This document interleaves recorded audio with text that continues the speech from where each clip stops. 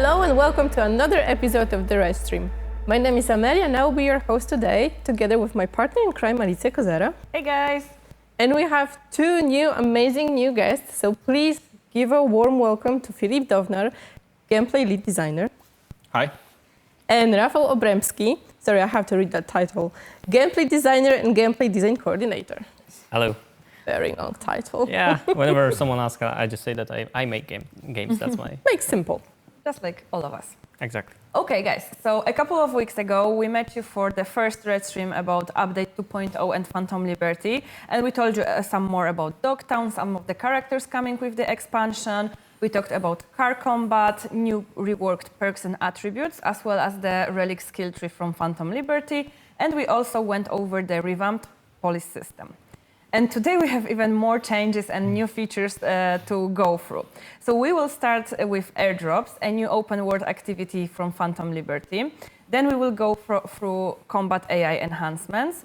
We will also go through cyberware changes, netrunning changes, balance and economy changes, UI changes. So, there's a lot of changes to go through.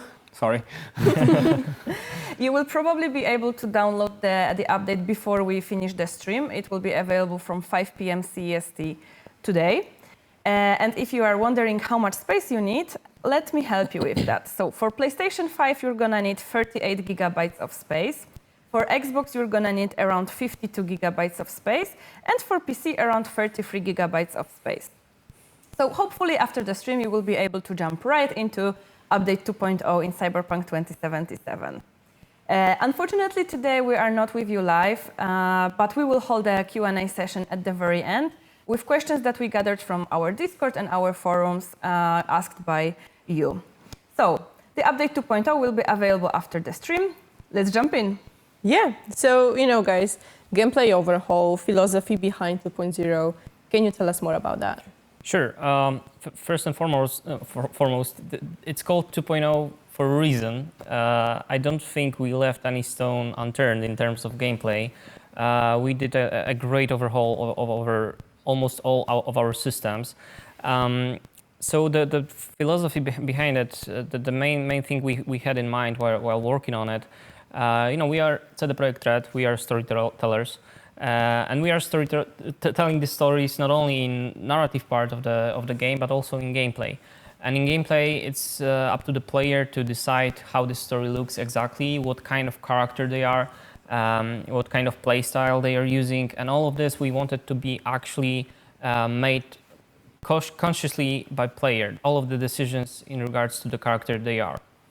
Yeah, it's all really about the RPG element, role playing. Of the whole thing. We wanted the builds and the cyberware to be more immersive, for the players to represent themselves more through those. The builds are more distinctive. Your choice when it comes to cyberware is also much bigger and richer. So it was really all about just giving this freedom of actually being able who I want to be in this world while having this glorious adventure. Sounds good. Sounds good. I can't wait to, see what our players think of the update. So, let's just start with what Alicia already mentioned. So let's go to airdrops. What can we say about airdrops? So the most important thing, they're super awesome. We love airdrops. And basically, airdrops are a new open world activity, and that happens only in the Dogtown area. You will not see this on a minimap, but it's quite hard to miss. You will hear the AV dropping the big package on the Dogtown area. Flying over the district. Exactly, and there are flares that will guide you where they are. Getting to airdrop itself, it's a little bit challenging. We wanted for it to be not only the challenge in terms of the encounter that happens there, but also sometimes it is quite challenging to get to the location itself. Or even how to approach it, from which side. Exactly. Cool. Yeah, it's also, you can maybe try stealth approach or something like this.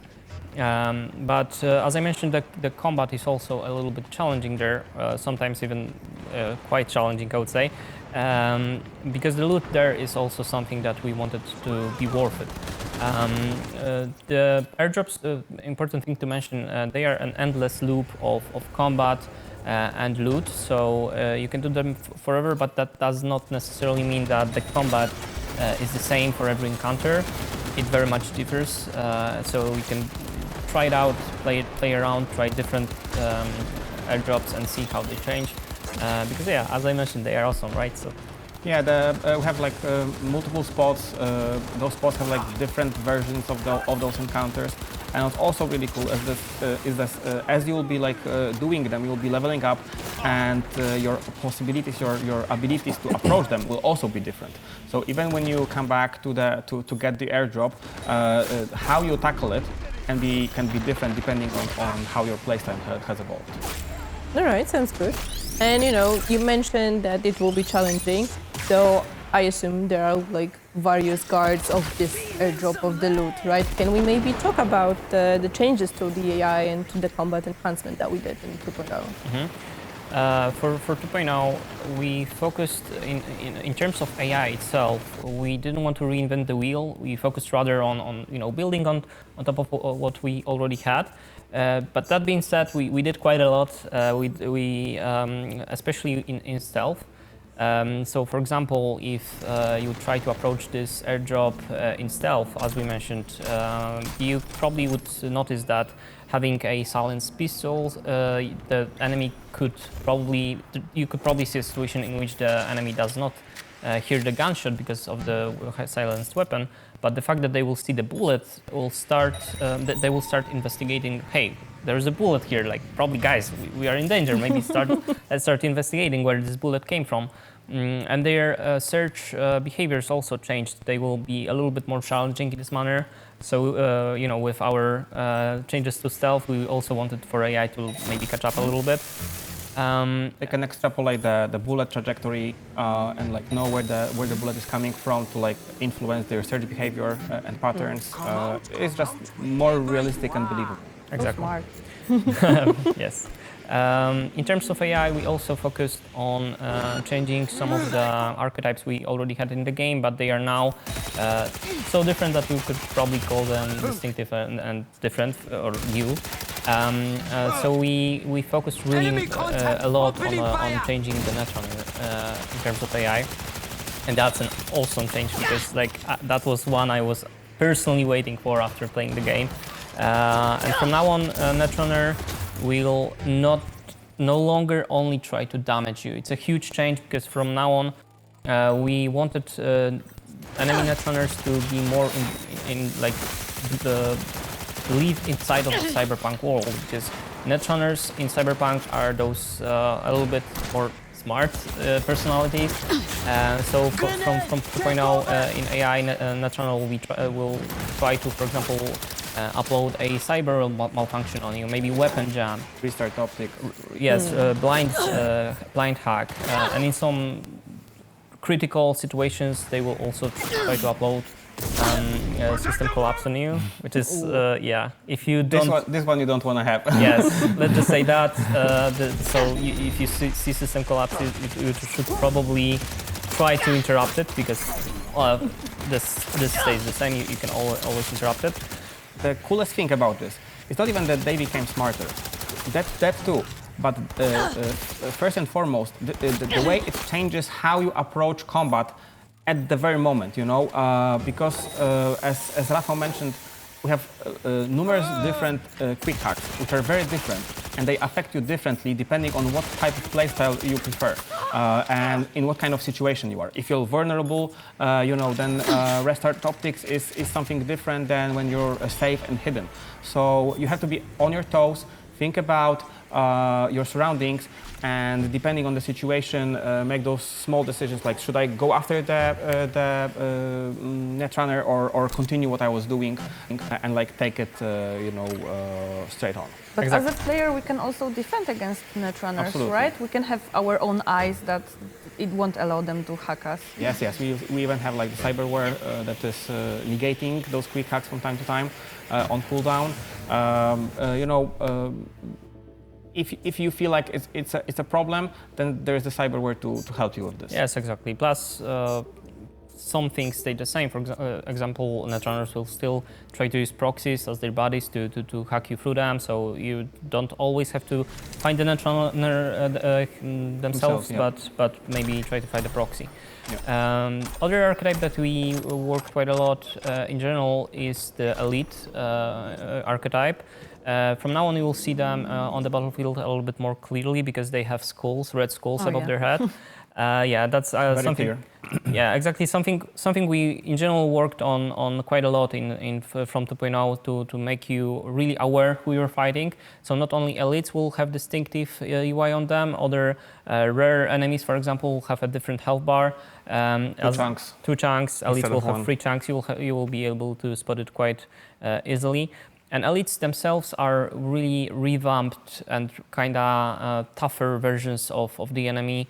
They change quite a lot in terms of who should you target, how your playstyle actually is affected by them being on the battlefield, because probably you could try to play into more of a person that focuses on crowd control and damaging a lot of different enemies at one time.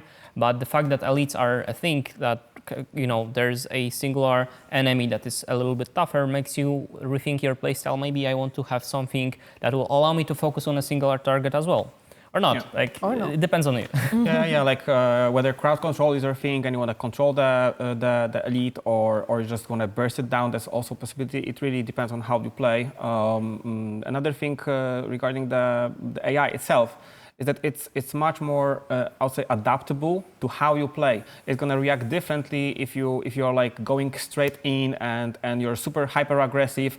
They will react. If you take the slower approach when you hide, when you are more like cover shooter gameplay, is a thing for you. They will also behave differently. So it's also like a big change to how you play and how you have to think about the encounters. Exactly, and building even on top of what you said, you could probably hide behind some cover. They will notice that and try to maybe lure you out from it with grenades and stuff. They really got good at this. Yeah, and now actually this is something that we also work quite a lot. The rule of thumb we took in regards of this is the higher difficulty you're playing on, the more player-like enemies will feel. So for example, on hard and very hard difficulty, they will have a little bit more verbs that are similar to what player can do. They will throw more grenades, they will even heal themselves more often.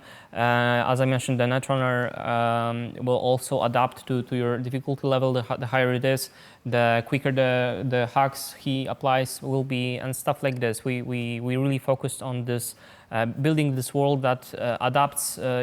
If you are progressing your player, you have new abilities and new verbs to you. We wanted the difficulty to be kind of something for AI to maybe simulate something similar. It's generally how we approach the game difficulties in general.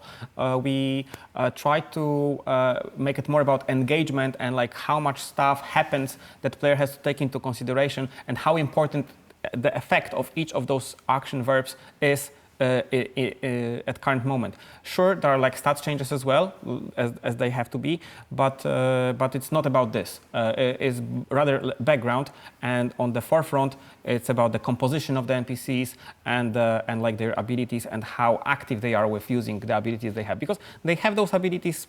Almost all of them they have across all the game difficulties.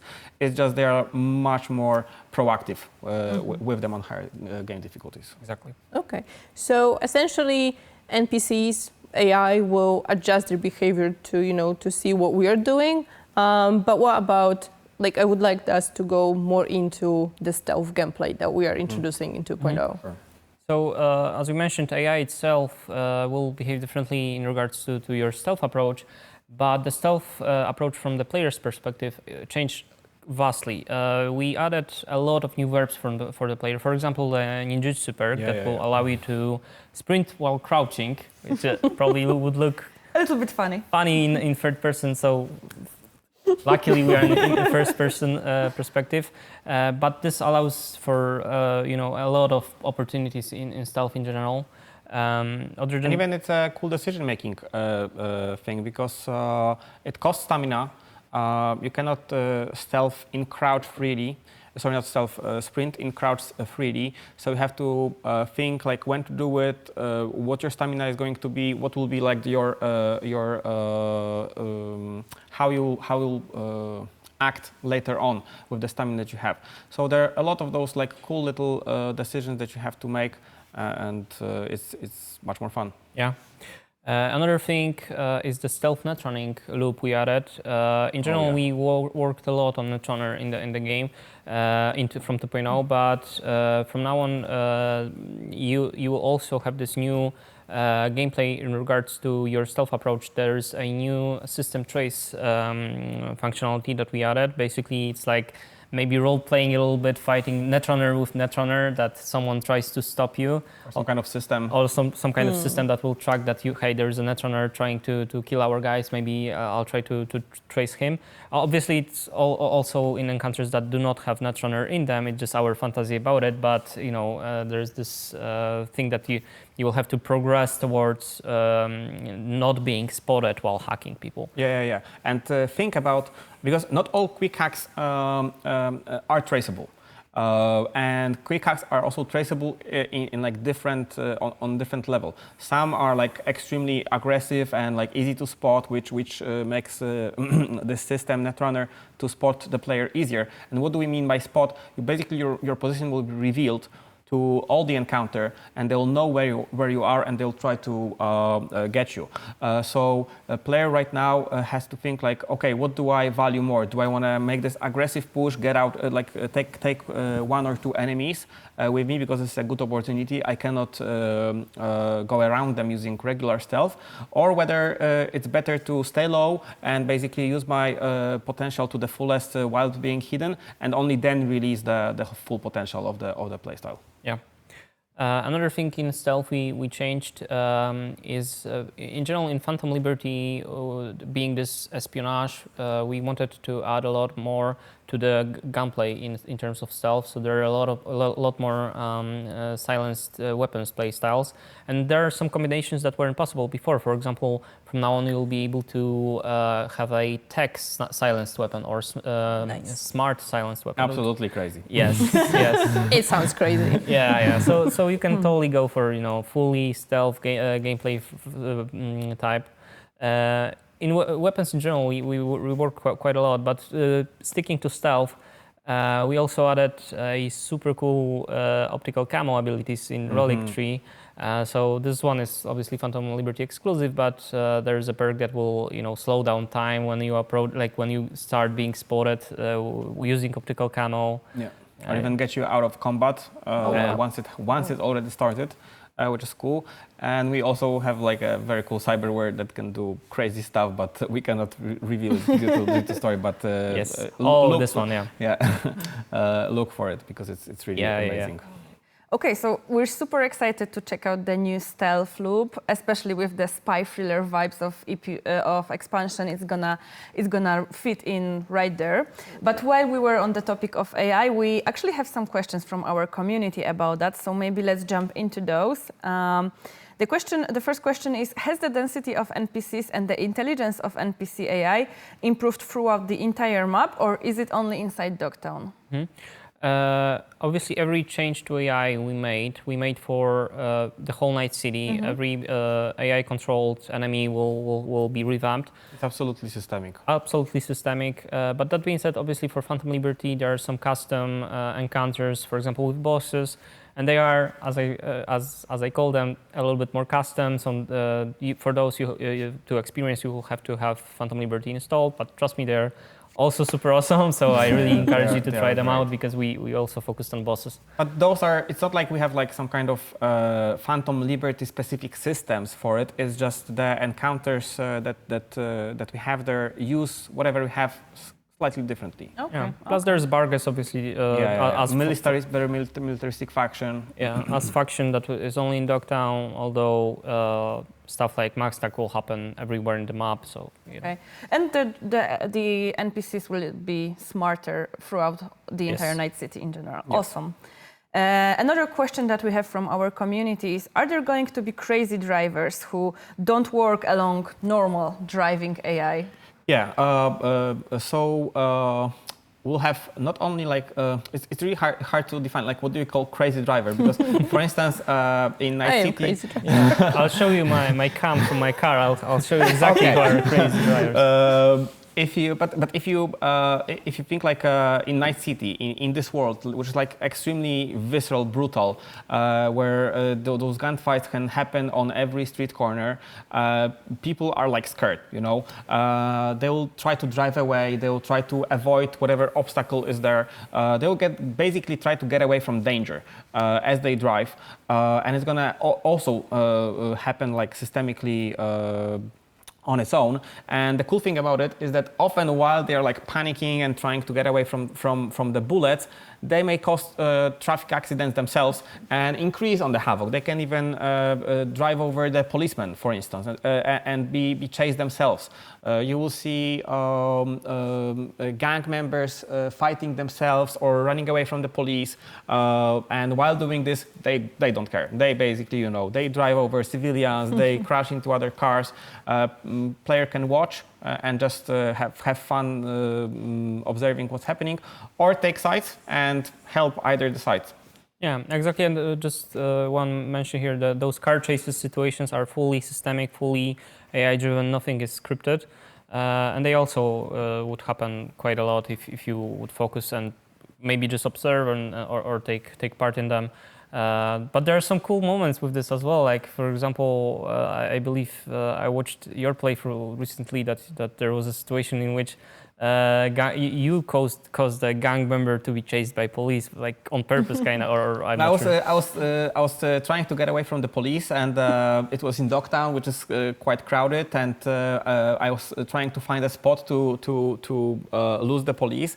And it so happened that the only corner I could find was like very close to a very small like gang. Nothing major. They were just, you know, hanging out, doing their daily stuff. And I was hiding them. And basically they didn't have any beef with me. So they basically didn't care that I was around. But it turned out that when the police came to basically investigate the last place they saw me, it turned out that they didn't really like each other.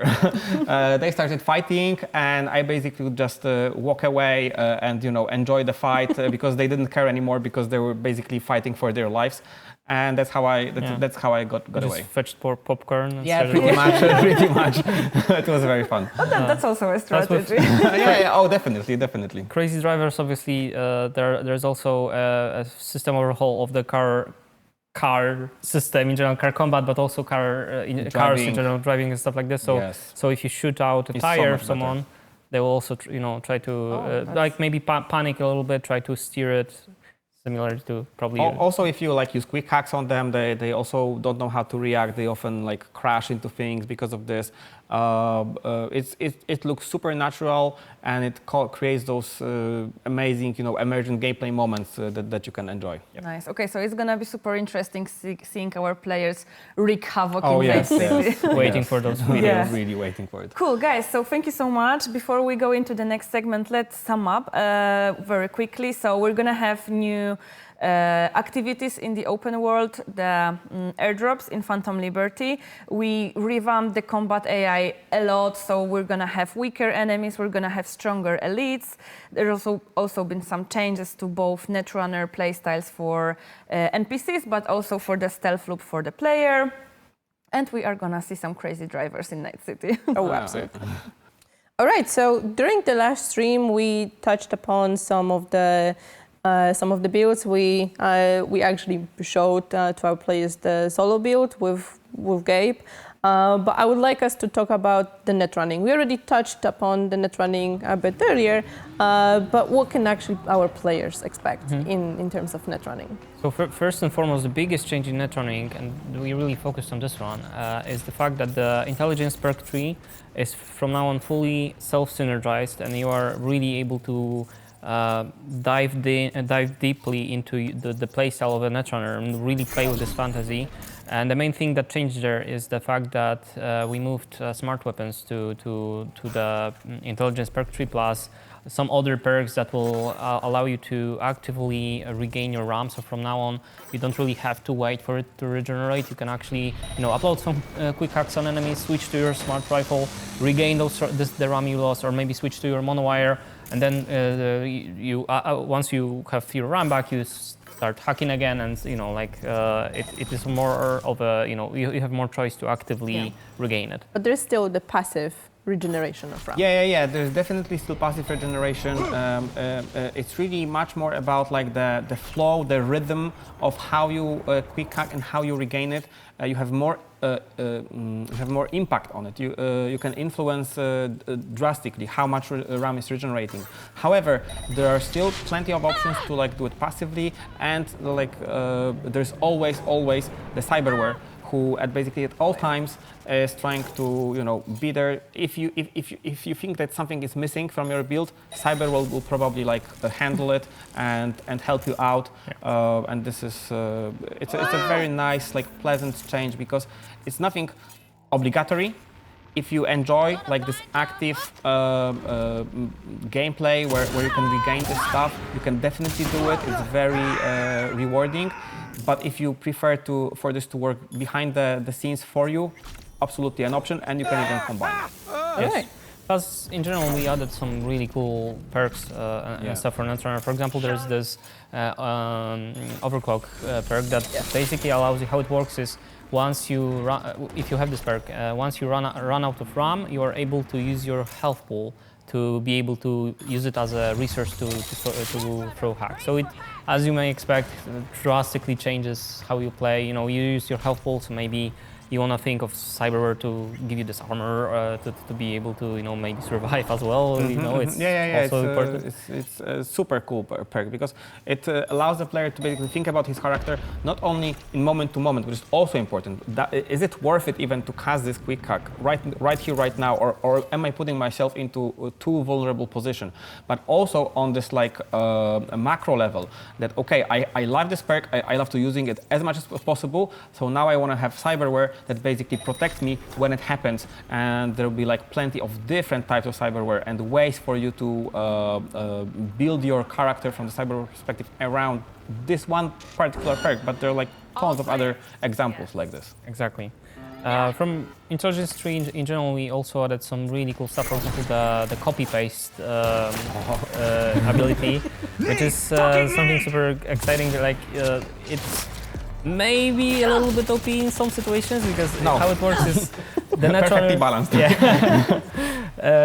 How it works is if the enemy Netrunner is trying to upload some hack on you, you can upload some hack on him, and the hack you chose will spread among the whole group of enemies. And I will just throw it out there. There is a suicide hack, so there are some situations in which it could be a little bit OP, but we are fine with it, I guess. Oh, you know what to do, guys. Yeah, absolutely. Go try it out. So we already mentioned some of the quick hacks, but what else can we do with them? Can we do a queue or combos? Yes. In general, from Netrunner, we also worked on the queue functionality.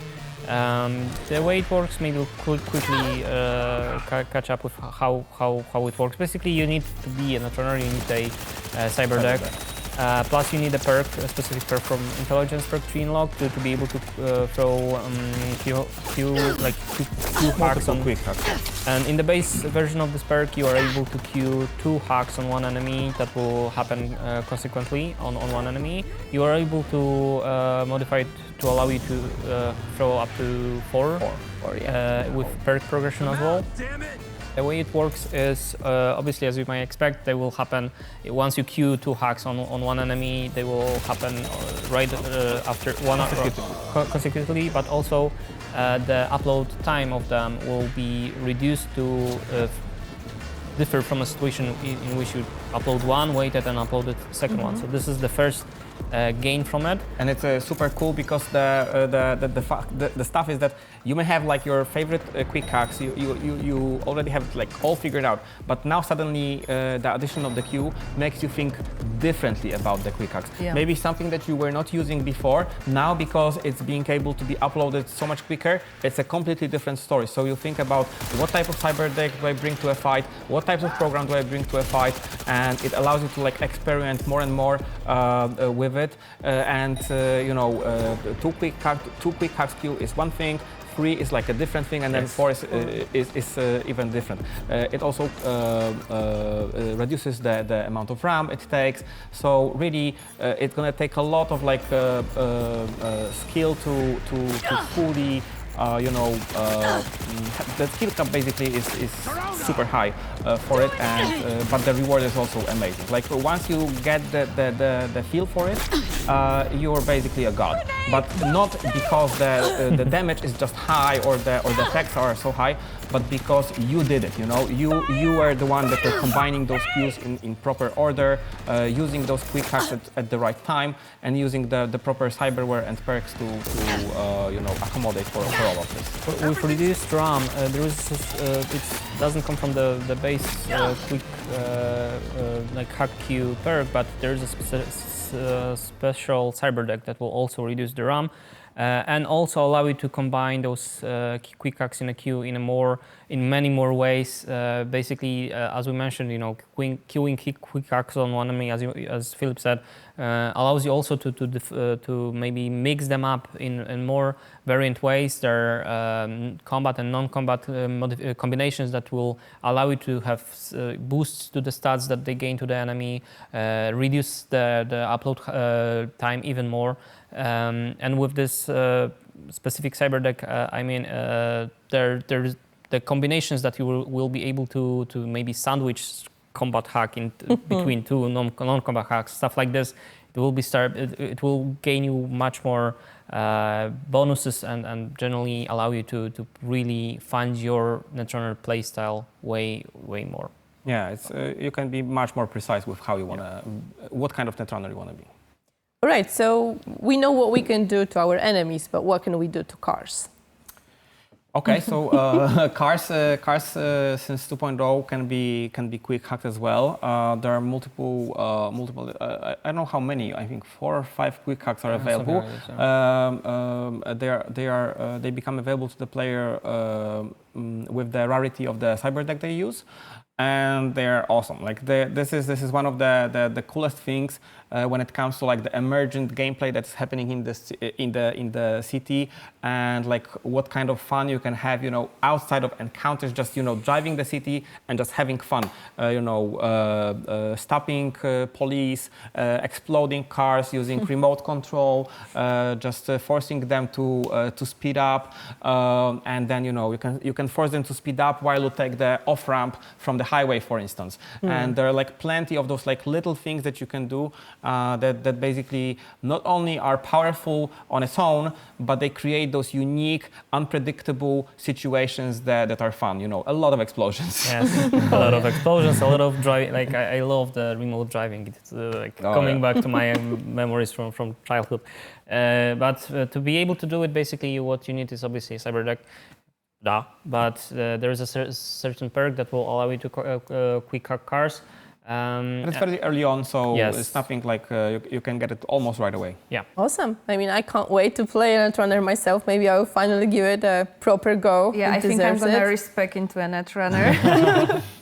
All right, so thank you guys very much for clarifying what we can expect in terms of Netrunning as a player. So now, before we go to another segment, let's sum up quickly what we just talked about. So, we have the new queuing quick hack system. We can do amazing combinations with them. We have overclock skill to, even boost this gameplay. And you can hack vehicles and you can do whatever you want with them. Like you heard the guys, so just give it a go. Yes, absolutely. Crazy combos. All right, so next up we have one of the biggest changes, I think, coming with update 2.0, which is Cyberware. I know we've changed a lot when it comes to Cyberware. So maybe let's start with why did you even decided to change how Cyberware works? Sure, there were a couple of reasons. I think the first one was that we are thinking about Cyberware as part of your build. In a game like Cyberpunk, Night City, your skills and your character is just as important as the gear that you're having. It's a brutal world where this is just the brutal truth, and we wanted the Cyberware to feel like this. It's basically something that is taking care of you behind the scenes. We were thinking about, when we were designing the cyberware, we knew from the very get-go that we wanted the cyberware to support whatever playstyle you want to pick from the perks. Either pick the cyberware that basically brings this particular playstyle over the top, allowing to do crazy things, or if you feel that your particular build is missing something, cyberware is probably there to handle this problem for you. On top of it, there was this very important reason argument for style over substance. It was absolutely crucial for us that we wanted for the players to not have to make this kind of difficult choice. Do I want to look like this, or do I want to have the best stats? Yeah. No, currently stats are in the cyberware, clothes are for your looks and to represent your character, to feel however you want to feel. Sure, there are a couple of stats here and there for clothes, but they are not for the RPG sake, like power level of your character. But they're more even to like even more enhance this immersion and underlying the fact that they're just clothes. So you will see things that, for instance, Kevlar vest still have some kind of armor on it. But if you go and compare the Kevlar vest to like any basic cyberware you have, you know that basically you don't need Kevlar vest to be a tough guy in this world. Yes, plus, we wanted the system to reflect on what is the world of Cyberpunk in general. Look at even the anime that is there already for quite some time, or even our characters in the game itself. Look at the Kurt Hansen character. He's like a tough motherfucker. He is the dog of Dogtown. You'd probably expect him to sit inside of his apartment, trying scared for his life. But no, he's out there. He doesn't wear a Kevlar vest. Tank top rather. Yeah, he wears a tank top. And in this world, why is that? Yes, because at this high leaks, people gain those stats from Chrome. And we wanted this fantasy to also be in the game, because as Philip said to you, we really saw your fashion crimes, guys. You no longer have to find every piece of the clothing that will give you some of the stats. But that being said, as Philip mentioned, there are still some stats if you really want to min-max your character and have every piece of armor you can get. Every little edge. Or for example, there is a Netrunner headpiece that will give you some of the quick hack time upload speed reduction. But those are minor stuff. But if you want to min-max, you can still do it. And we have transmog in the game still, so you are able to have those stats on you, but look decent. Look good. Yeah, absolutely. And have different like sets of how you look. That's also very cool. Yeah. Okay, so we have a lot of changes to cyberware. If I am a player coming back to the game with my existing save in update 2.0, what does it mean to me? Will the game tell me how it works? Explain it? Yeah. So basically, one thing that you can expect is as you go back to the game with your save, you'll get a quest. You'll be called by Victor to visit his shop. And there will be a tutorial explaining all the new mechanics. We have a completely new cyberware panel where you'll be able to see the cyberware capacity. We'll probably be talking about this later. Armor and explaining where is what and how it works. Awesome. So there's gonna be a short quest to explain that. But yes, speaking of capacity, because that's very tightly connected to our cyberware.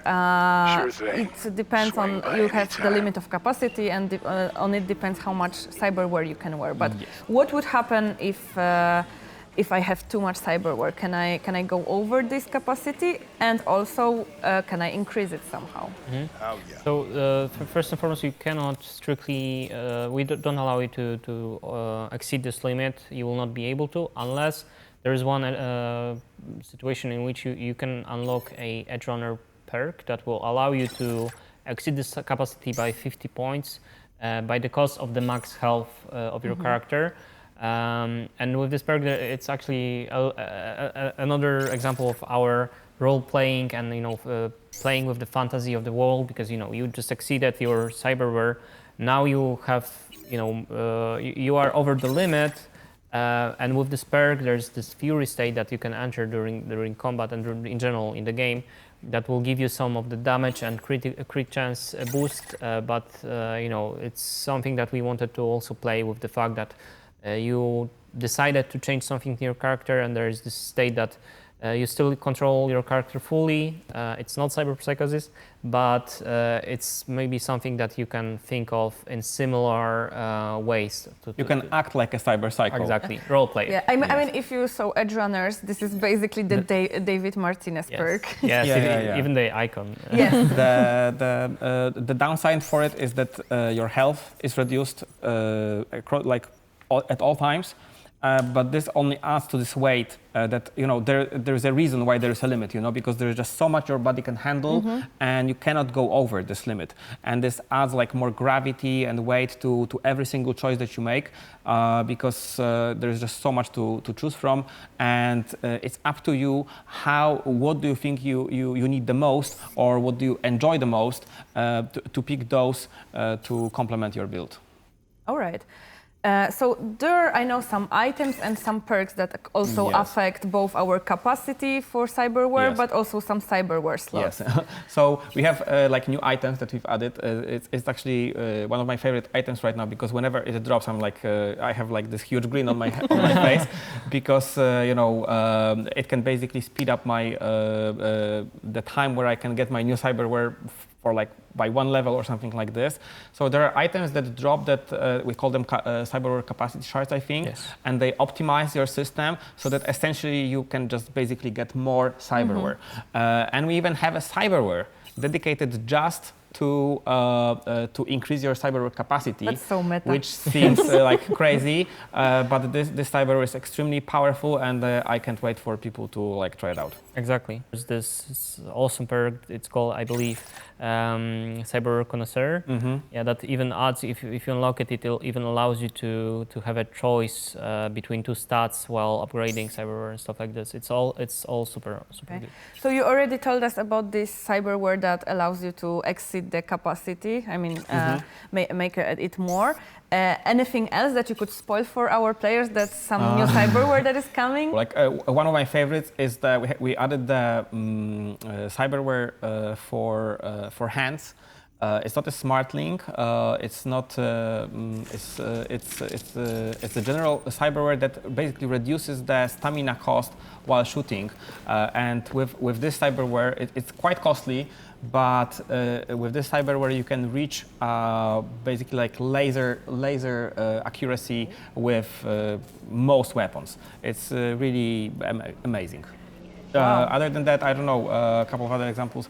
We modify like biomonitor so that now it takes care of you. It's basically whenever you can heal and there's a need for you to heal, you're being damaged, it automatically uses your consumables, injector or inhaler, and it's super nice because you don't have to worry like about your health you have to worry about your health, but you don't have to worry about healing.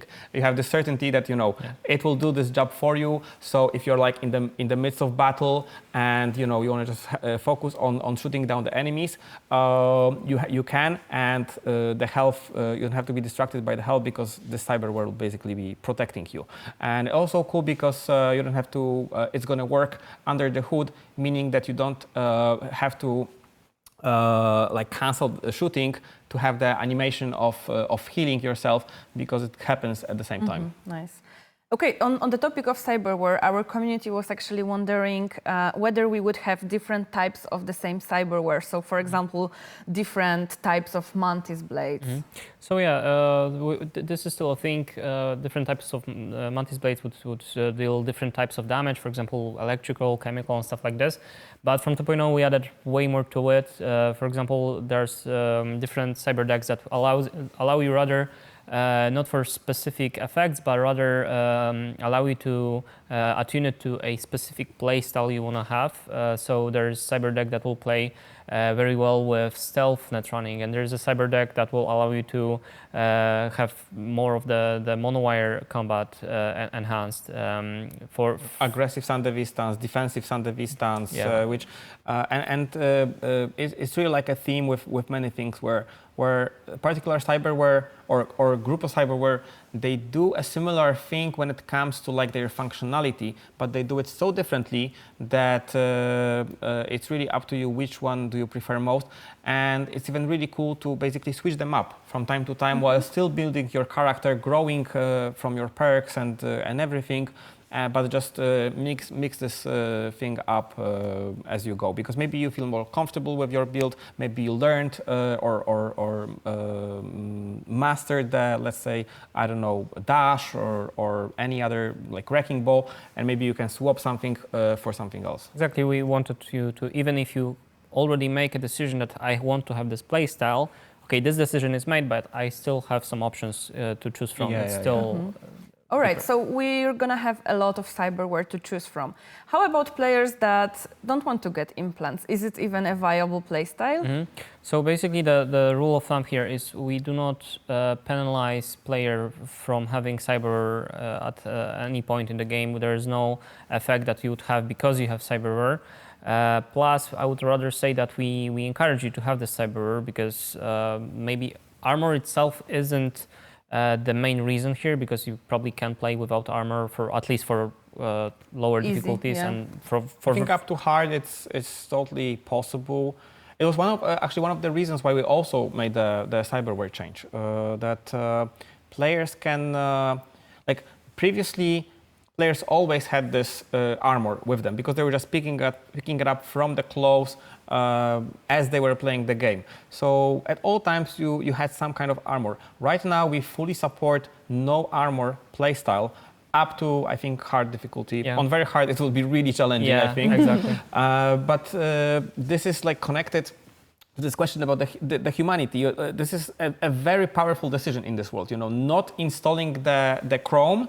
This is like the reverse of everybody is doing, which makes this choice even so much more like meaningful.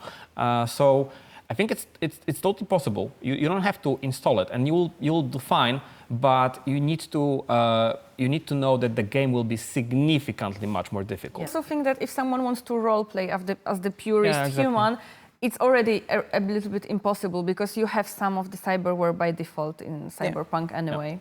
Right, so we have another question from the community. So we've heard about the new relic perks adding new features to the Mantis Blade, the monowire, and the PLS. But what does it do for guerrilla arms abusers like me? Guerrilla arms abusers. I love this phrasing. My kind of person. So there's a lot for guerrilla arms abusers. In Relic Perk Tree, there's this really awesome perk that allows you to charge up your guerrilla arms while fighting with them. And once charged up, you are able to perform this really powerful one-punch attack that basically deals massive damage to the enemy you are punching, plus shockwave. Has this shockwave that staggers nearby enemies and maybe knock them out with progression of this perk later on. And if you happen to kill the enemy with it, you basically you will. You basically turn this person into a Neil Armstrong, and you send him to the moon. He never comes back. But there's a lot more to it in Relic Perk Tree. Actually, the whole Relic Tree is all about cyberware. From every single section, it's a really cyberware-oriented skill tree because it's related to the story and Songbird, and she's doing the stuff through the relic to basically enhance your cyberware. It's very powerful. It's very distinctive. You can go either on the offensive side with it, or on the defensive side with the self optical camo perk. But my favorite one in Relic Perk Tree is about vulnerability analytics. It also plays this narration of connecting with cyberware, because technically you need Kiroshi to have it, but you have Kiroshi in the game anyway. But the way it works, it's basically the system analyzes the enemy for you and looks for some weak spots in the enemy, maybe broken cyber or something in the enemy itself, and it shows it on the UI on the HUD overlay of the game, which is basically those red squares that you will be able to shoot. And it does not only deal massive damage to the enemy, but it also explodes while you hit it. I like how they explode. And it's an EMP damage, which can also be relevant against certain types of enemies. Yes. It's really cool. This one really took me by surprise because I didn't really appreciate until I actually played it how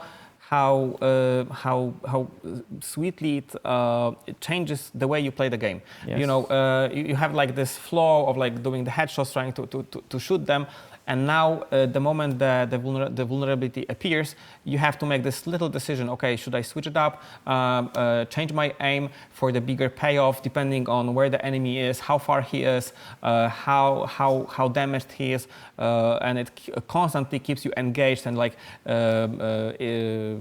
it's just very fun. Yeah, it adds to even the choice of weapons, stuff like this. But it's awesome. It works with melee weapons as well. So. Exactly. Yeah, it's maybe a little bit harder, but with melee. But I don't know. It's just different. Yeah. So it could work in basically almost any build.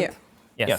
Yes. Let's just repeat that the relic perk tree is Phantom Liberty exclusive. So today you will not be able to play it, but soon. In a few days. In a day, yeah. All right, so now we can sum up.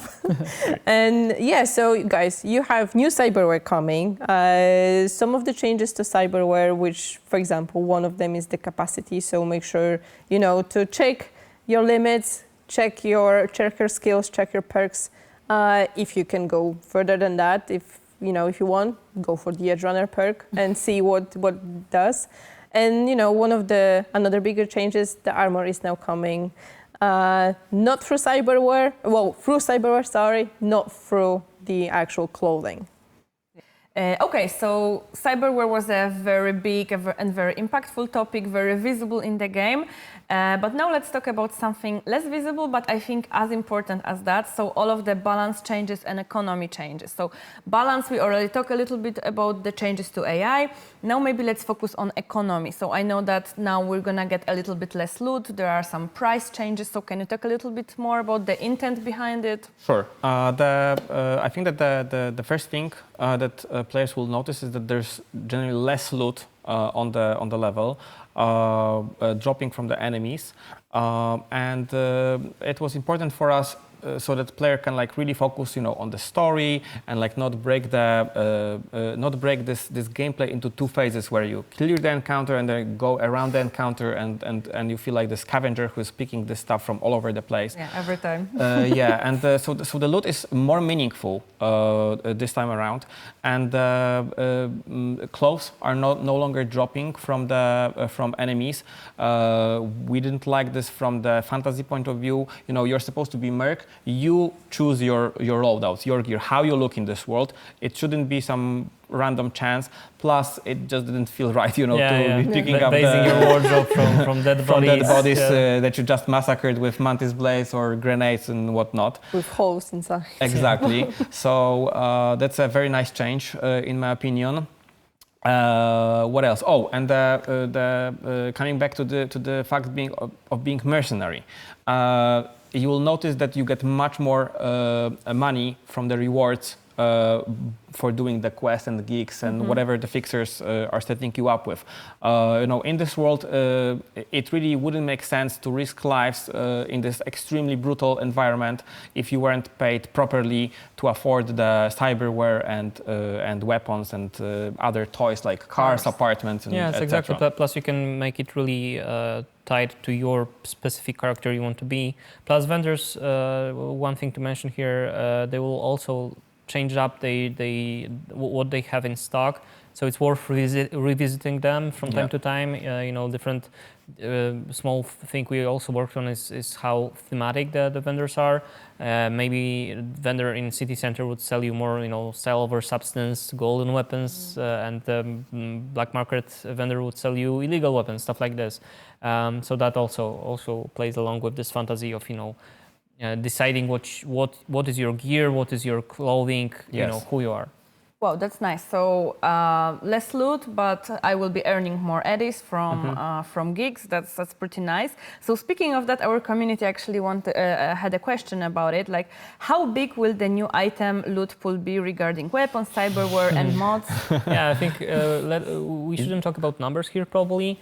Obviously, give us a week. Yeah, Maybe we have can to count it. them. Yeah, we have to count them. But I would say that let's answer this in a way that we obviously added a lot of items to the game, especially to Phantom Liberty expansion.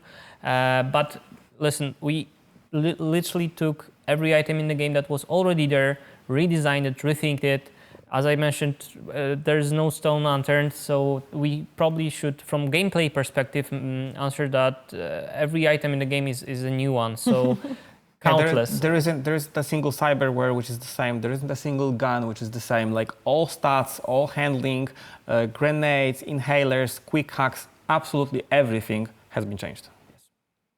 Wow, so basically all new loot pool for Plus our players. a lot of new items that weren't in the game. Yeah. Exactly. Obviously, let's clarify that that does not mean that all weapons will have new models, stuff like that. No. We're talking about gameplay perspective here.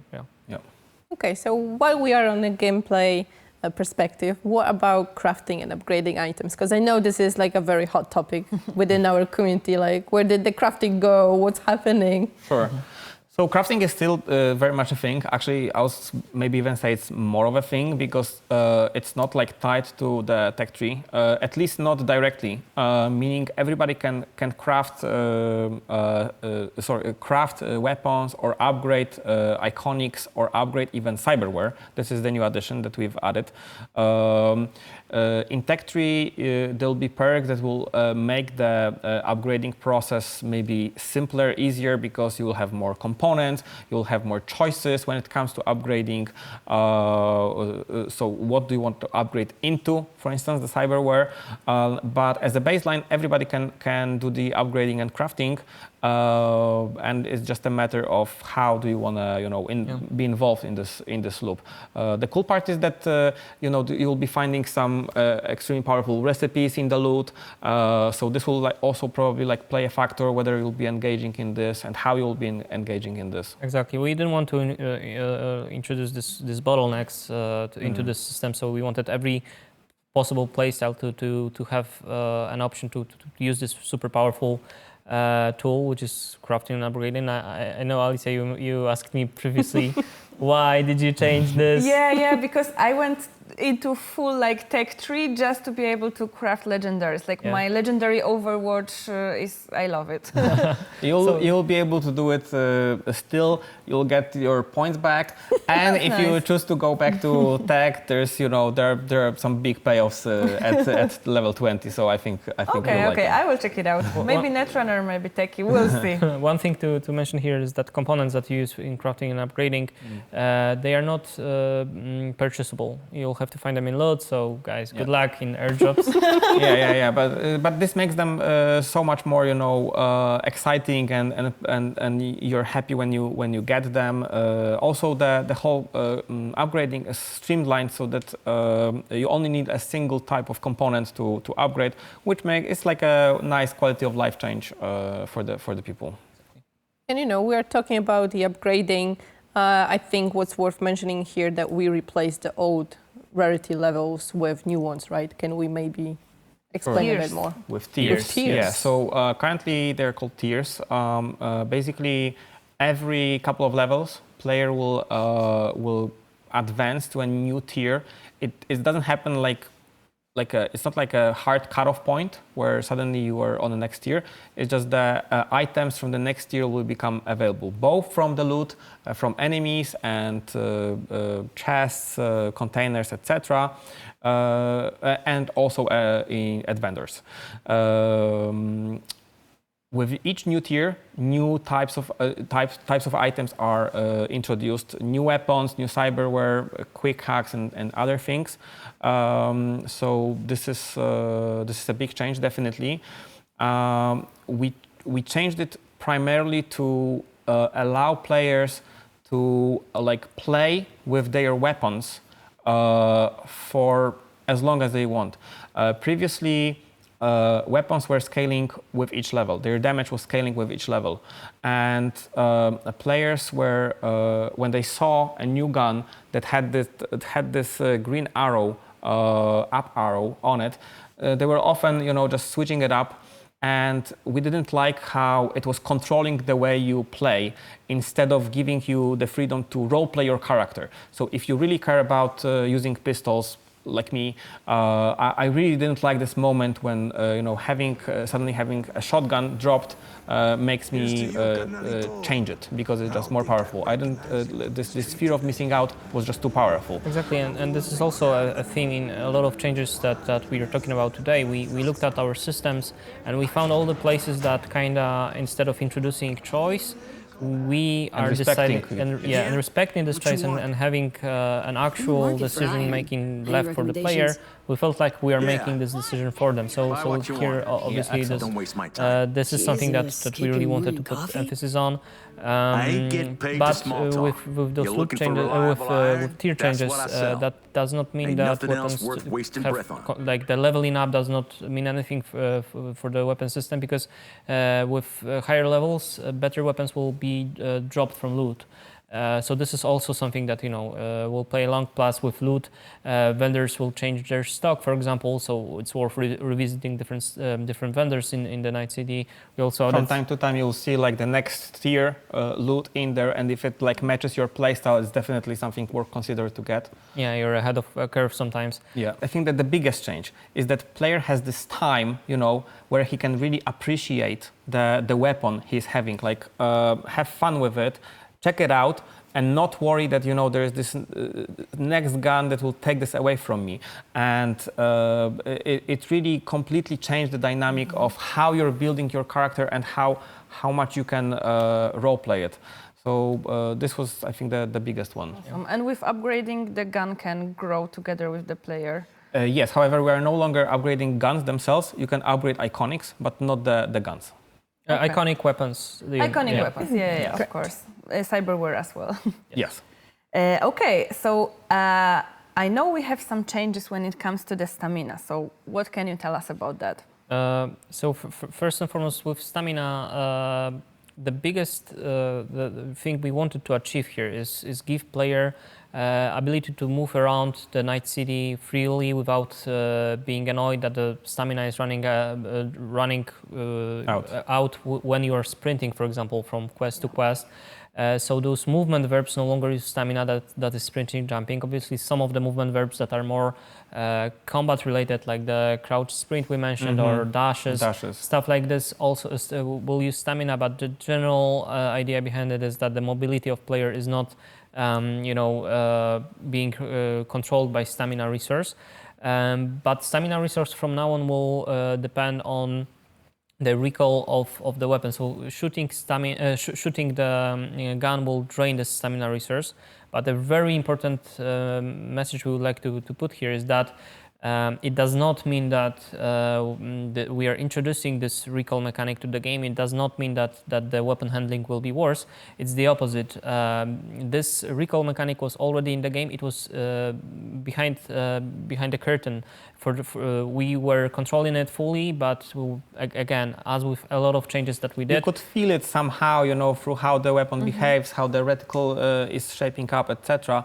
But it was very obscured. Exactly, it differed from weapon to weapon. But as with many changes that we are discussing today, we wanted to take away this decision from us and give it to the player. So stamina resource is a perfect way to do it. We decided that from now on, this behind the scenes system will be controllable by player, and by adding it to the stamina, by combining it with stamina resource, we were able to put a lot of decisions for the player. You are now able to modify how your stamina is behaving with perks, with the different abilities, cyberware, modifications on weapons, a lot of stuff. And even like just watching your stamina as you should, and like comparing the behavior of the weapon, the aim that you can get, on high level of stamina versus no stamina, it's very different.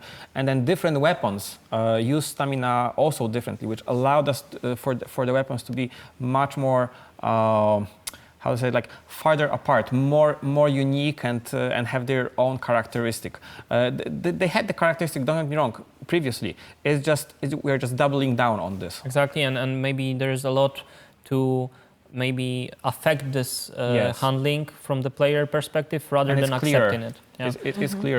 You can like see it, and you can expect what happens, because by the way stamina works as you should, you see the difference. Like it's really noticeable, especially for certain weapons, which is also cool, because if this is not something for you, which where you enjoy those very accurate weapons like sniper rifles or pistols, there are definitely weapons which are like softer on the stamina, and you know, it's like their theme. Yeah, plus it plays along really well with what Philip was describing before, which is the tiers system.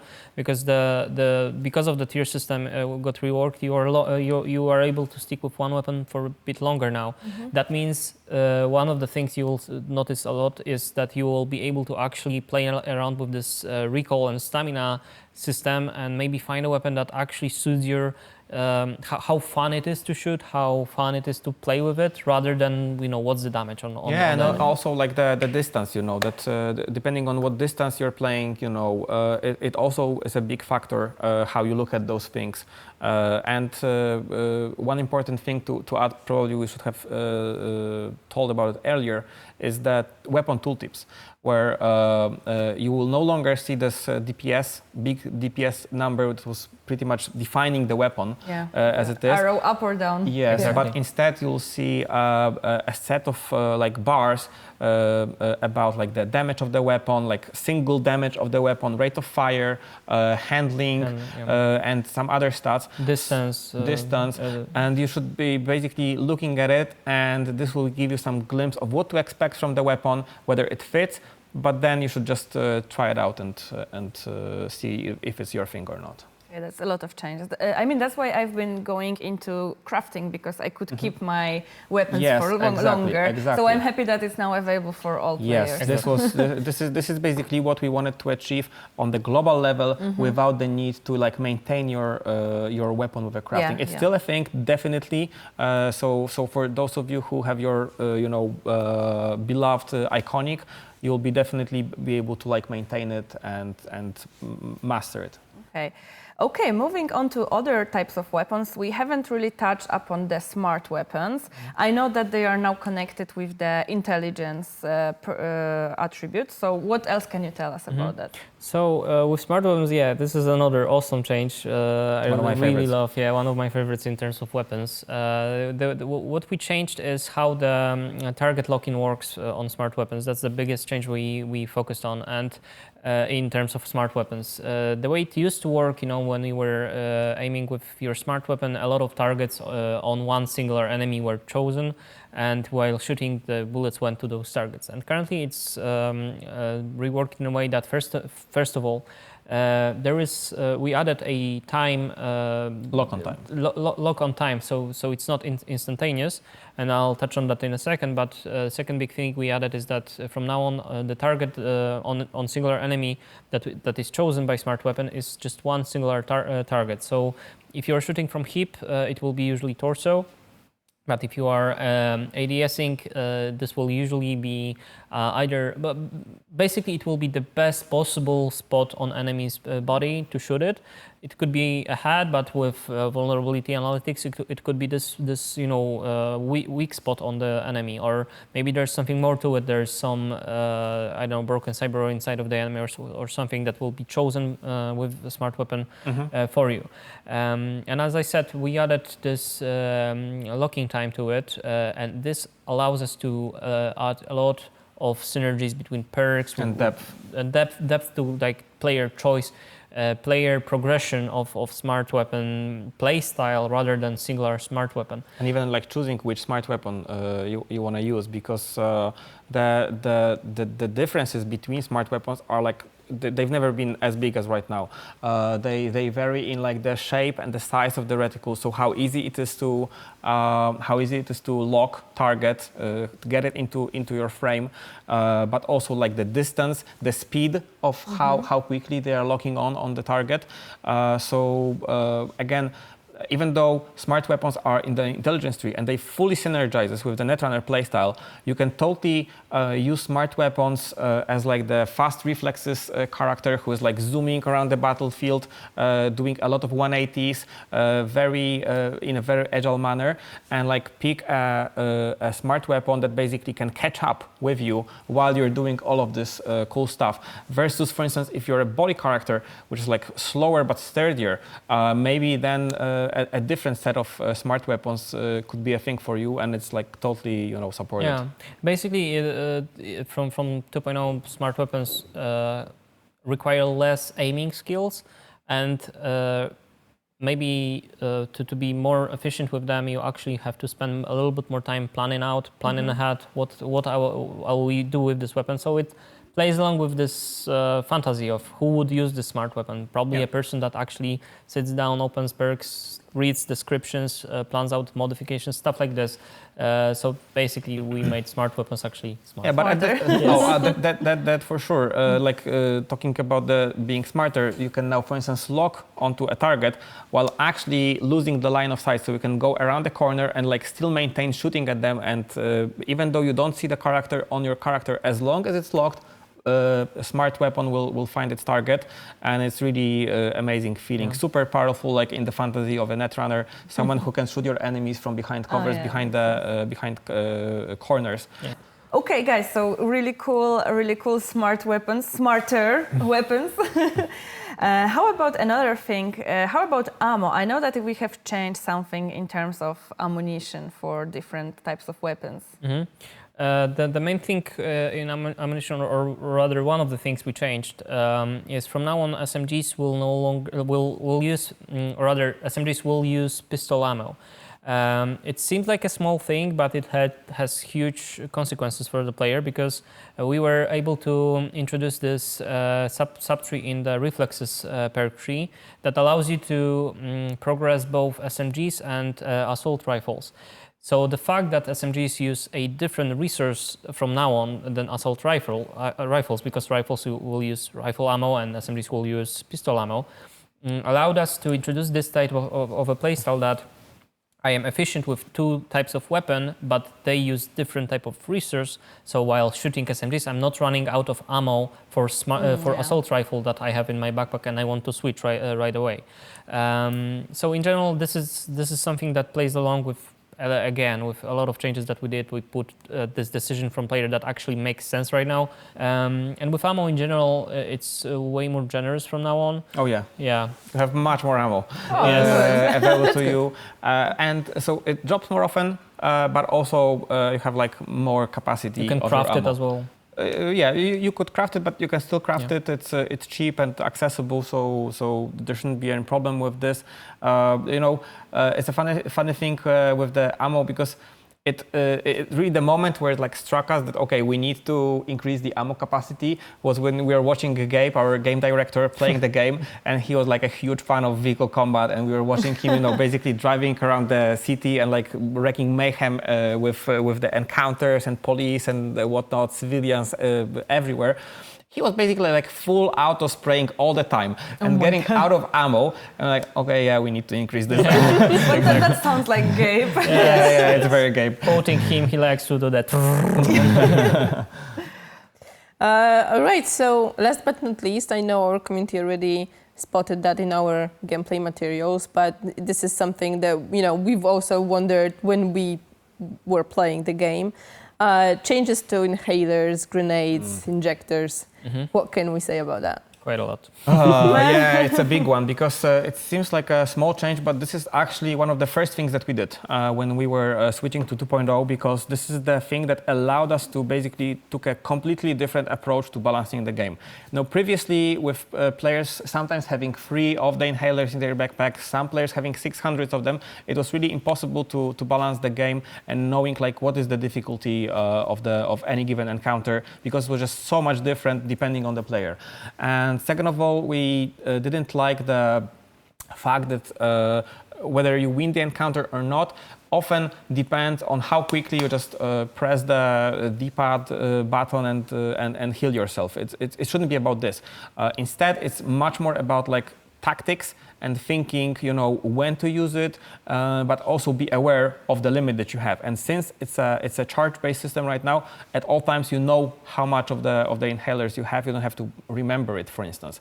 And on top of it, they've become much more powerful. So you won't be needing to a couple of whiffs, to top up. And allowed us to invest into it from the cyberware and perks alike.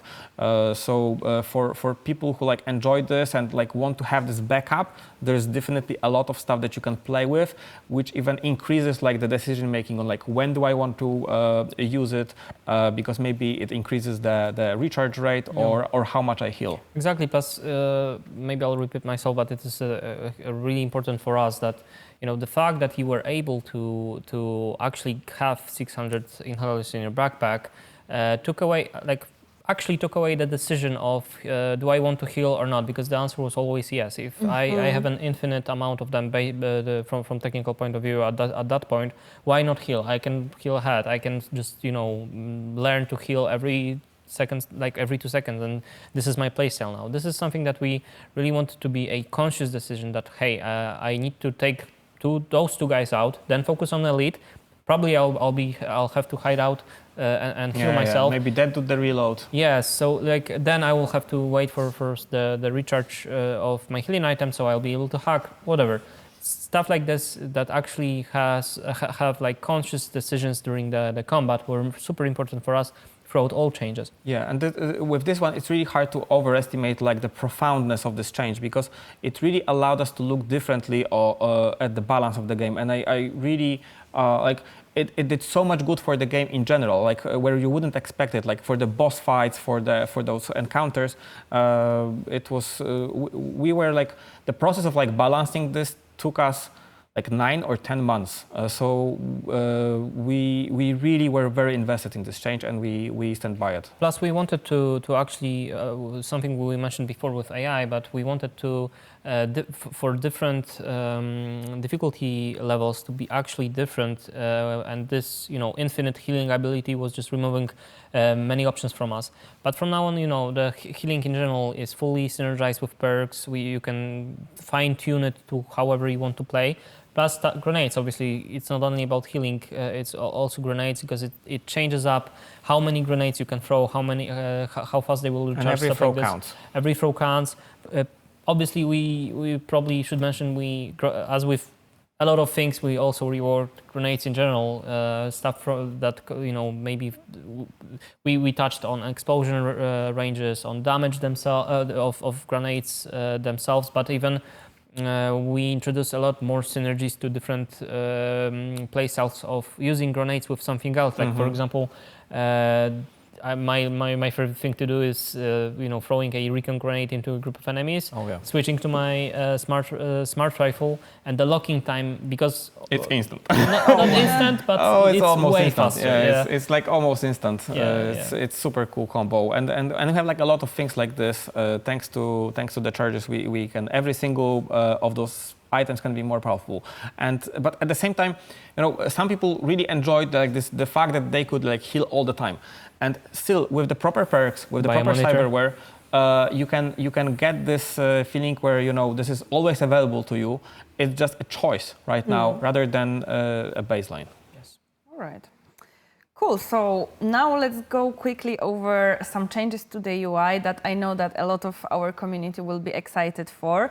First of all, the minimap. We already, a couple of patches ago, we already made it zoom out when you go into the car or into the motorbike, but now we're adding even more changes, right? Yes. Mm-hmm. So with minimap, the main thing we focused on is making it way more clear, decluttering it, making it consistent throughout the whole any situation, be it combat or outside of combat. One of the things you'll notice right away is the cones on minimap. From now on, the moment you see a cone, it only means the fact that this enemy will react to you in some negative way, be it starting combat right when it spots you, or just reprimanding you. But the cone always means that this enemy will react to me somehow, or even we really focus on the police system and how cones actually mean that if I hide in this corner there, how the vision of the police will be there. Like, will they notice me? Will they not? It's very clear right now. Also, red dots, for instance, red dot means this NPC character knows about you. They will be looking for you. They consider to be in combat with you, and it's consistent. Like whether you're in an encounter, in a quest, or in open world activity with prevention system and whatnot. Okay, but on top of that, we also have that it zooms out gradually. Yeah, dynamically. So basically the minimap zoom out is dynamic and it adjusts to your speed of your car. Also, with when the prevention system is active, the zoom out is also different to show you like where the police is coming from. This is a very important change. It allowed us to be to have a much deeper and more engaging gameplay loop in there in general.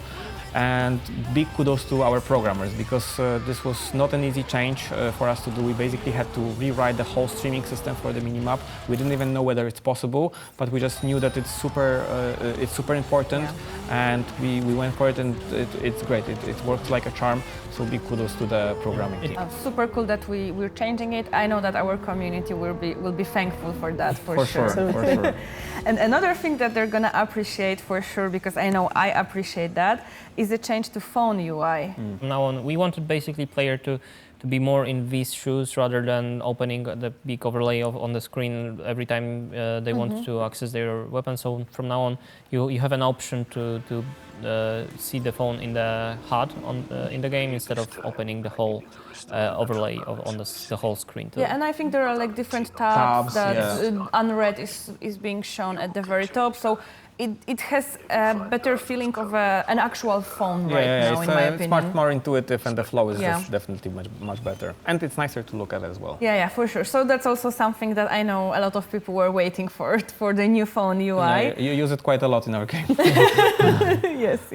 Messages from fun. But you know, we've been talking also a lot about Cyberware, but the entire UI screen of Cyberware, both in the journal that you call, or also at the reproduct, that also changes. Can you talk about it, about different elements of that? Yeah, sure. So basically the whole panel is new. The loadout is still there, but where the categories are, the paper doll in the middle is completely new. It's beautiful. Like when you zoom out on the specific categories, you see the cyberware that's being installed.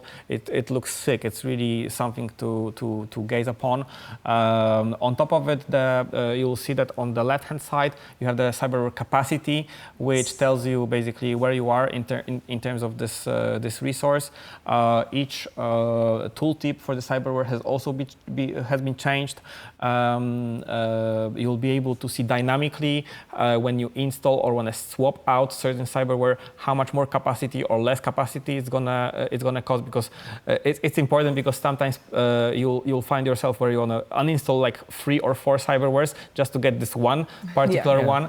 And same goes for armor. So whenever you're installing cyberware with armor on it, you'll see where you will end up being, and you will also have information like what's the general defensiveness going to be. Plus, we worked a lot on how the perk tree looks like in terms of UI, because it may sound like a small thing, but for us it's a huge topic of how logical the sub-branches of the tree are. What are from now on you actually, when you spec into something, it will be reflected in the tree. I have this left branch of reflexes. It means something actually for you, for your character, for your playstyle. With the perks, it's also important because you can plan your character much easier. From the get-go, you know where this is leading to. And you can get excited about this stuff or this stuff. You know that I care about this up to this point, and then I want to invest somewhere else actually. And as those like trees grow, it's really a cool thing. Seeing what's highlighted, what's not highlighted, and like just the shape of the tree tells you so much about who you are in this world. And it's a magnificent, amazing world by our UI designers. I think speaking about the perk trees, we can remind people people that they can reset their attributes once Yes. and perks anytime they want, and they can do it one by one, right? Yes, Yes. but important thing to mention, you can only reset attributes once. Yes. Even if you didn't have save before, we allow it for you to happen only once. And that maybe let's quickly talk about why we did this. From our perspective, as you probably heard today quite a few times, we wanted the decisions about your character, who you are in the game, your play style, to actually matter. And this has to be a conscious decision. So from our perspective, if you spec into specific attributes like body or whatever, it builds your character's identity. And we didn't want for our players to be able to change it because they earn some eddies and they can change who they are. It doesn't really work like this. You can do it once, but basically the attributes are something that really connects with the player with the character. So we wanted for it to be super conscious and important. But that being said, the perk themselves can be refunded at any point. And you can do this one by one, which is a very cool change. Yes. We actually had this, for debug purposes for ourselves, and we just liked it so much that we decided to give it to players, because why not? And you don't need to do the whole revamp to basically end up with the same build, except a couple of ones. You can, try it out. If you don't like it, check something else, and the flow is superb. Yeah, awesome. And also a little reminder that we have this build planner, our online build planner. So if you are afraid to commit to some build in game, you can, check it out on the website, build something for your character, and see if maybe it will work with the points, with the perks, etc. So feel free to check out the build planner. For sure. But also journal. There's a big change. I love it. Yeah, with journal, I love the fact that from now on, you obviously that one of the things that I really anticipated, you can untracked quests. Yes. Finally, you don't have to be reminded about going to Hanako every second. But there's a lot more to it. In general, we work the visuals of it, but it's much nicer. It's much nicer, much more cleaner. Yeah. But there are some fun stuff to discover there. For example, when you look into a quest description, there are some contextual actions you can take. For example, read the text message that is connected to the phone. Yeah, some shards maybe that are there. Even the filtering of quests by distance or the time of update. It's much more useful. Yeah. Awesome. Yeah, distance is nice, so I know where should I go first, basically. Yes. If you want to optimize it by distance, absolutely. Yeah, okay. So pretty much that would be it when it comes to all the changes that we wanted to talk. But we have one more surprise for our community, which is the new mini game called Trauma Drama. So make sure that you find the right machine and you just check it out and see how it goes and see you on the leaderboard score. I mean, you guys watch out because this is addicting. Oh yeah, and it's a bit more difficult than the Roach one, yeah, at least for me. But yeah, it's very cool. More complex a little bit. I love the naming because we actually one of our gameplay teams is called the Trauma Team. And there's a lot of drama. Total coincidence, though. Nice. Yeah, we did not suggest it. Okay, so we can now move to the Q&A session. Those will be questions from our community that they dropped them on our forums and Discord. So without further ado, let's go. So the first question, about designing the gameplay of our character by the skills and perks, will we be able to reach more diverse gameplay? Oh wow, this is a big one. Before we decided that we want to do the whole perk rework, one of the first things, we didn't have a single perk at that point yet. We knew that we wanted to at the end achieve at least one thing, that with the perks there won't be one go-to or two or three go-to builds. We recently released the new Night City Wire. We present three builds. Those are just three out of many builds. We wanted all the trees to be able to combine with each other, to find some kind of synergies between them. And I remember it was one of the most rewarding maybe times when around 2 or 3 months ago we were before locking things down, checking whether it's still there, and I was worried that we didn't get it for the body and cool combination, that it's not working, and maybe we can switch it up somehow. And it turned out that it's actually one of the most powerful builds we have in the game. I just didn't see the connection, myself, but a couple of gameplay designers, told me that, it's extremely powerful. I won't be saying like what it is, not to, this should be like the discovery for the player, but yeah, versatility is definitely there. You can go like all in into a particular tree, it's gonna be great.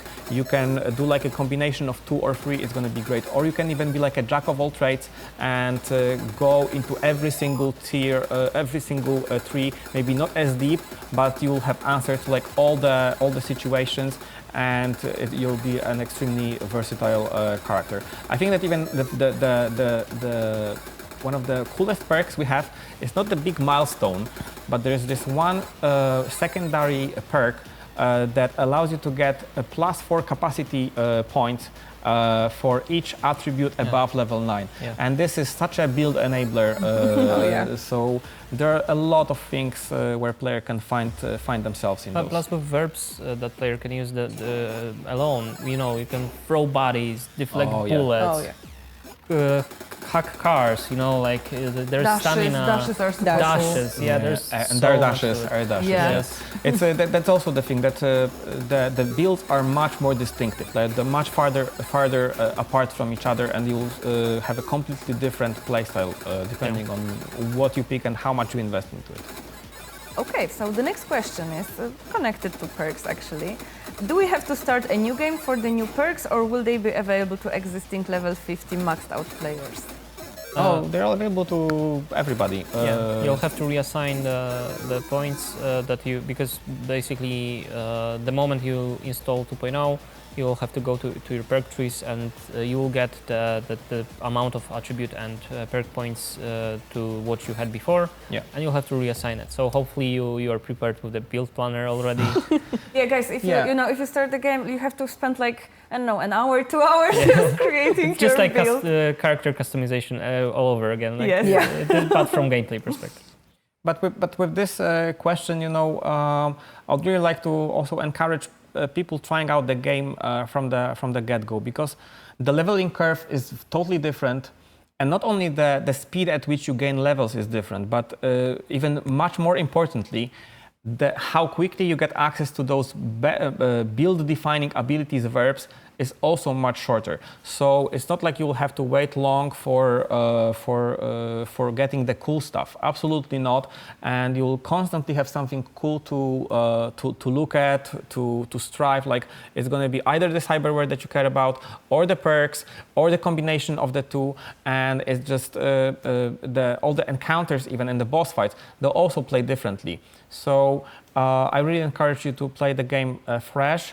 It's going to be a different game for you because you'll be someone different, maybe more defined in the story as you're playing this. But obviously, I know that we have those players who love their characters. They spend so many hours into those. Absolutely, we support just loading the save and having fun already at like the maximum level. Okay. Will the relic perks skills cause any negative side effects to the player? With simple answer is no. There are no perks in the relic tree that would have any negative effect. In general, with our perks and verbs, we tried not to introduce any penalty. We decided not to introduce any penalties for the player. There are small exceptions to this rule. For example, the edge runner perk that will make you introduce this decision. It can reduce your health if you decide to go into it, or the overclock mechanic that will use your health once you run out of RAM. But as you probably see, all of those situations are a conscious decision by player. There are no situations in which something will happen to you passively. They are always led by the decision of you.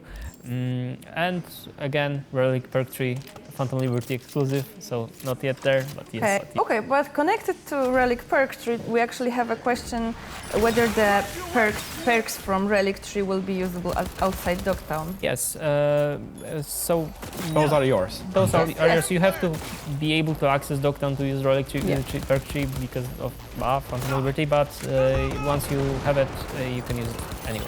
One misconception is that in order to level up your relic skill tree, you need to have access to those like data points in the in Dogtown, and this is slightly different mechanic or maybe. It's just a different dynamic to how you level up, and we really encourage people to explore the environment, find those spots. They're a little bit hidden, but at the same time they are luring you in a way. I don't want to spoil anything. In order to progress, you need to be in Dogtown, but you can use them whenever you want. But luckily, after my last playthrough, I noticed that I actually missed some of those, and after you already discover them and miss it, just like I did, they are on minimap. They are visible on minimap, so you can come back to them. Yeah, you don't have to worry about it. Yes. Perfect. Okay, so the next question. Will we be able to use those new melee finishers while sneaking up on an enemy? So this one is a little bit tricky to answer because, first of all, those finishers work only if the enemy is already on low health. So technically, there are some situations in which you can probably, damage enemies to low health, run away, wait for them to de-spot you, and try to use, for example, some stealth abilities like optical camo, go in and try to perform a finisher. Reset the fight and go in again. But probably it's not like the most efficient way to play the game. Probably not worth it. Yeah, not worth it. Plus, on higher difficulties, they will just heal. Yeah. But there are more better ways to do it. Like for example, the ninjutsu perk, which allows you to crouch sprint to an enemy, grab him, and finish him like this. Plus, with finisher, I think we didn't mention is. You are now able to use those finishers on throwable knives plus monowire. Best. Yeah, and throwing knives, we kind of skipped it in this discussion, but really due to lack of time. But check it out. Check it out. They have their own sub tree in the perk tree. We know you love them. We love them a lot. They are one of my favorites for sure. We will see probably a lot of videos. Hopefully. For sure. That's a very cool deal. They are very graphic. Nice. Okay, so now we're moving on to vehicle combat. Does the choice of vehicle matters? Like, is it okay if I go into vehicle combat with my Mai, or should I pick something bigger?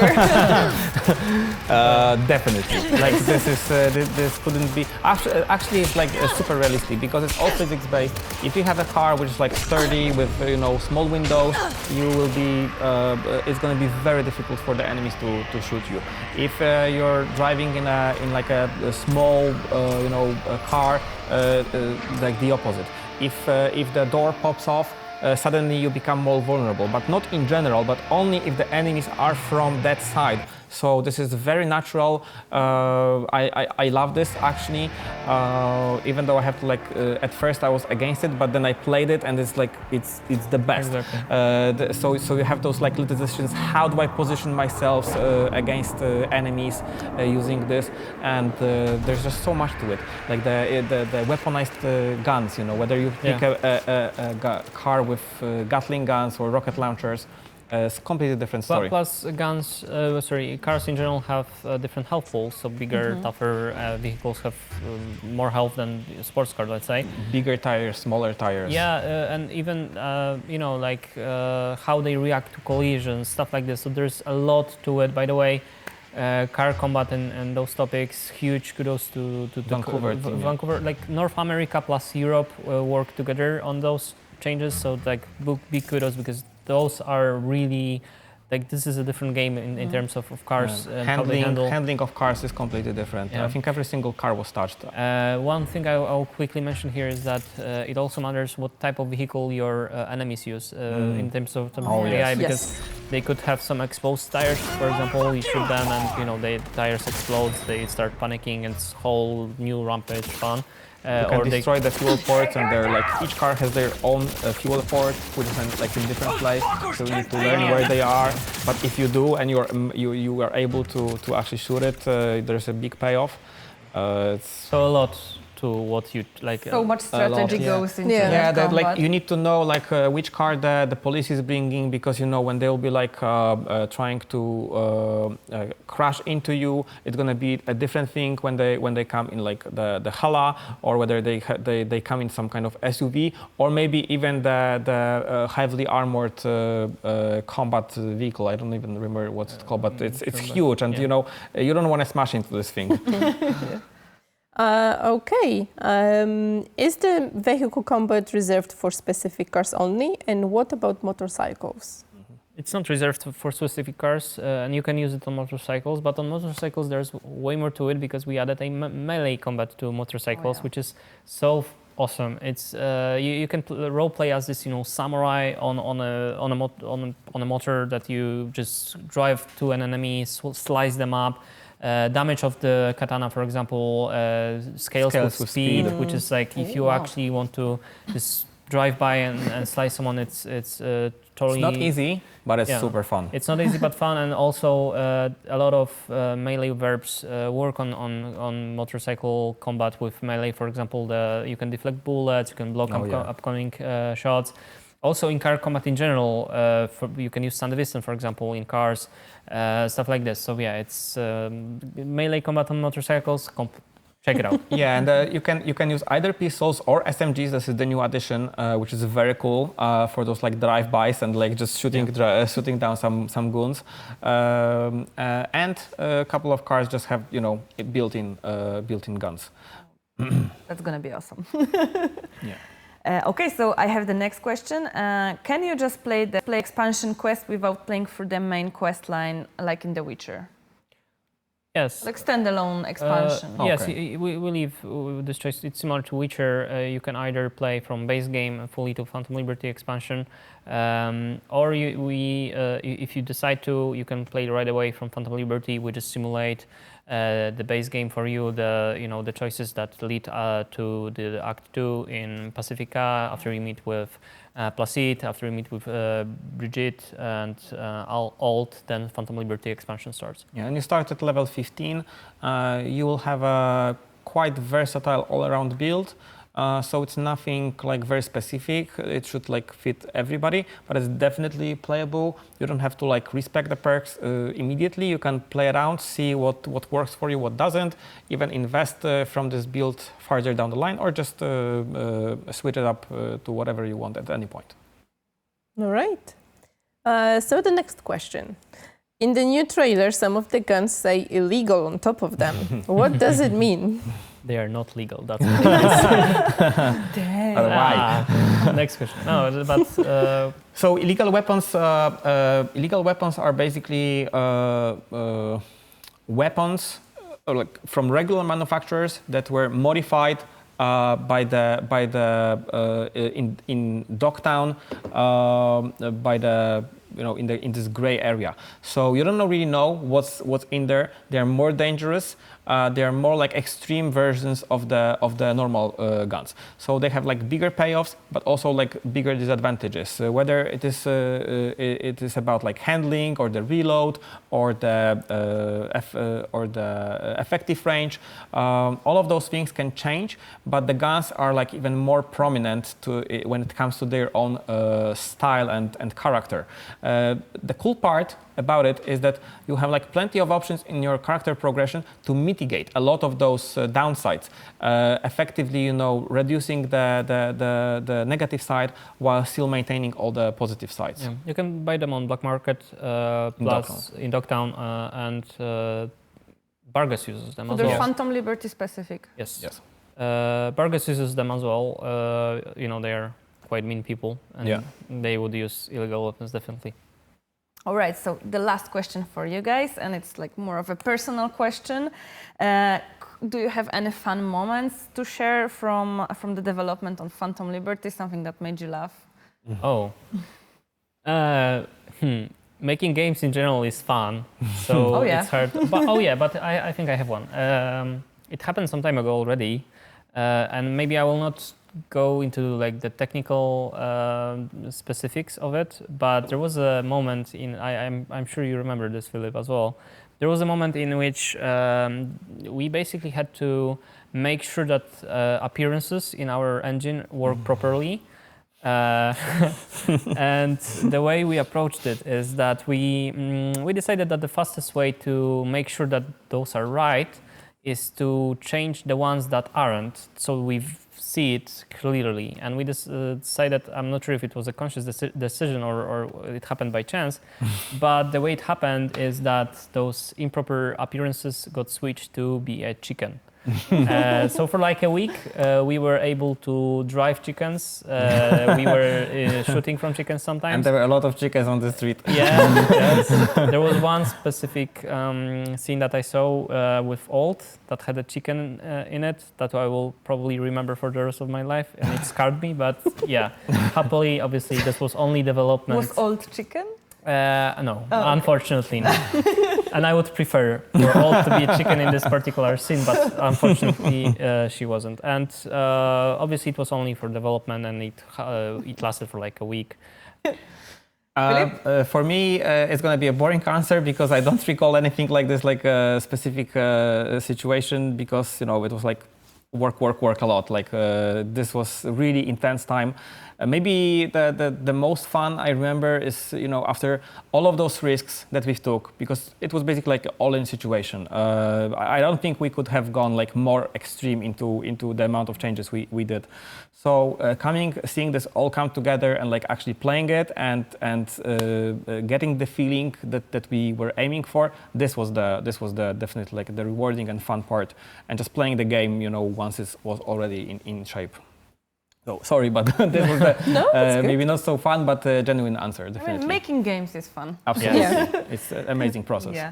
Thank you, guys. So this is all of the questions that we had for you today and all of the topics that we've already talked about. So let's sum up. We have airdrops in Phantom Liberty. We have combat AI, which is reworked and it's super cool.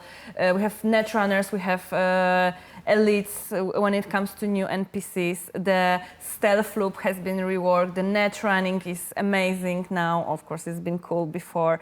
Then we have changes to the economy and to the balance, so you won't be dropping and picking up a lot of loot. Euro dollars now have more meaning. We have tiers instead of rarity for our items. What else? UI changes, a lot of UI changes. Yeah. Vehicle combat, Vehicle driving, combat, police. Yeah. Yes.